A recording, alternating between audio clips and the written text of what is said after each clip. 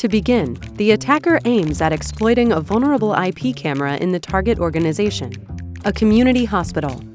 The IP camera is connected to the internet and it has several CVFs that allow remote command execution.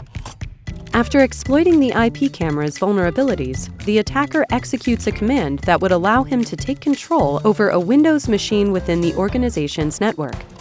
With just a few keystrokes, he's in and gets down to business. The attacker executes several commands that allow him to discover Windows machines connected to the camera. Netstat.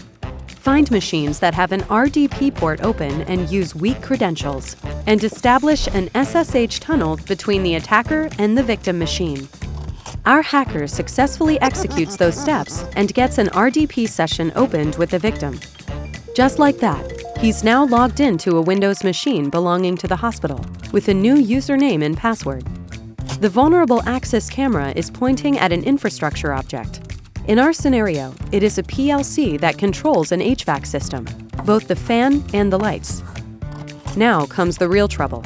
The attacker mounts a file share to copy the riot malware from his machine and propagate it within the hospital's network and, you guessed it, move to disable the firewall and antivirus software. And so it begins. Our bad guy has launched a malicious executable which is part of the malware. The executable will find a domain controller machine, or DC, exploit the zero logon vulnerability, and obtain the hash of the DC admin password. Finally, it will propagate the rest of the malware files to other Windows machines within the compromised domain. After the script is done, the attacker can disconnect from the RDP session, but his tampering is far from over. We'll leave the connection open to demonstrate some of the crippling effects. From its CNC server, the attacker can now see whether he can control some of the machines. Looks like the answer is yes. The CNC allows him to execute the following actions on infected machines. Are you ready? Exfiltrate files, encrypt or decrypt files, launch a cryptocurrency miner that will hijack resources, and finally, launch a malicious executable that will identify and attack critical IoT and OT devices within the internal network. Here comes the launch of a cryptocurrency miner on one of the infected machines. And away it goes, voraciously consuming resources on the victim's machine. The attacker will now use Project Memoria exploits to launch an attack against IoT and OT devices. The Memoria exploits will scan the internal network for vulnerable IoT and OT devices and attempt to crash them. This will take some time, so we'll check back later. Meanwhile, let's see what further harm the attacker has in store. Looks like he's launching ransomware on another infected machine.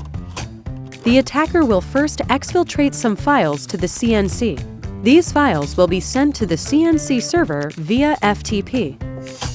After the files have been extracted, the attacker encrypts the sensitive ones on the fly. That was way too easy. And now for the big moment. The attacker reveals his presence and posts a ransom message. Let's hope you're never faced with one like this. But wait. The attacker isn't done wreaking havoc. By leveraging access to the IP camera, he can see the IoT devices working in the hospital.